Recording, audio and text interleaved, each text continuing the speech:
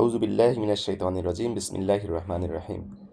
আল কোরআনে বেশ কিছু সুন্দর সুন্দর আলংকারিক ভাষার সৌন্দর্য সমৃদ্ধ আয়াত রয়েছে এবং এইগুলো পড়লে আসলে অবাক হতে হয়।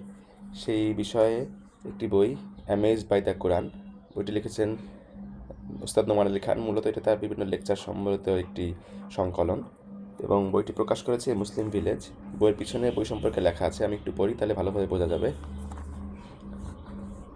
সাধারণত আমরা কোনো ব্যাপারে অবাক হলে, বিস্মিত হলে কিংবা চমকে উঠলে সেটা নিয়ে আমাদের মধ্যে বাড়তি আগ্রহ কাজ করে এবং সেটার জন্য অন্তরের মধ্যে আলাদা একটি জায়গা তৈরি হয়।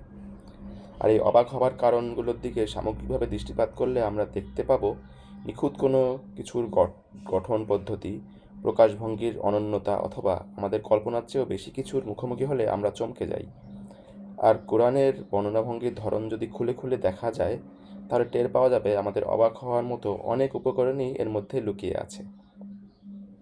এই সকল বিষয়াদির সাথে পরিচিত হওয়ার পরে আমাদের নিজেদের মধ্যেও এরকম গভীর অধ্যয়নের ইচ্ছা জাগ্রত হবে। ফলশ্রুতিতে কোরআনের সাথে তৈরি হবে এক ধরনের আত্মিক সম্পর্ক, যে সম্পর্ক প্রকারান্তরে আল্লাহর সাথেই যুক্ত করে দেবে আমাদের মাটির পৃথিবীর জীবনকে। খুব সুন্দর কথা।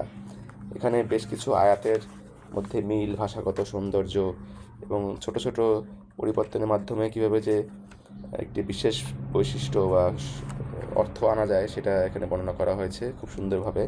বিভিন্ন সূরার মধ্যে মিল, বিভিন্ন আয়াতের মধ্যে মিল এবং ভাষাগত যে অলৌকিক সৌন্দর্য, এটা দেখেই আসলে কোরআনকে দেখে মানুষ আসলে বুঝতে পেরেছিল যে এটা কোনো মানুষের রচনা হতে পারে না, এটা অবশ্যই আল্লাহ তাআলার রচনা। এটা যারা আরবি ভালো বুঝেছিল সেই সময়কার, তখন তারা বুঝতে পেরেছিল এবং আমরাও যদি গভীরভাবে অধ্যয়ন করতে পারি তাহলে এটাও আমরা বুঝতে পারবো ইনশাল্লাহ। তো দারুণ একটি বই এটা, আমি পড়েছি আলহামদুলিল্লাহ। এটা নিয়ে বিভিন্ন গবেষণা করারও চেষ্টা করেছি। আপনারাও এরকম বই পড়বেন, অন্যকে উপহার দেবেন। বইয়ের জগতে ইনশাল্লাহ আপনারাও খুব বেশি ঢুকে যাবেন, তো এই প্রত্যাশা রাখি। আজ এ পর্যন্তই। আসসালামু আলাইকুম রহমতুল্লাহি ওয়া বারাকাতুহু।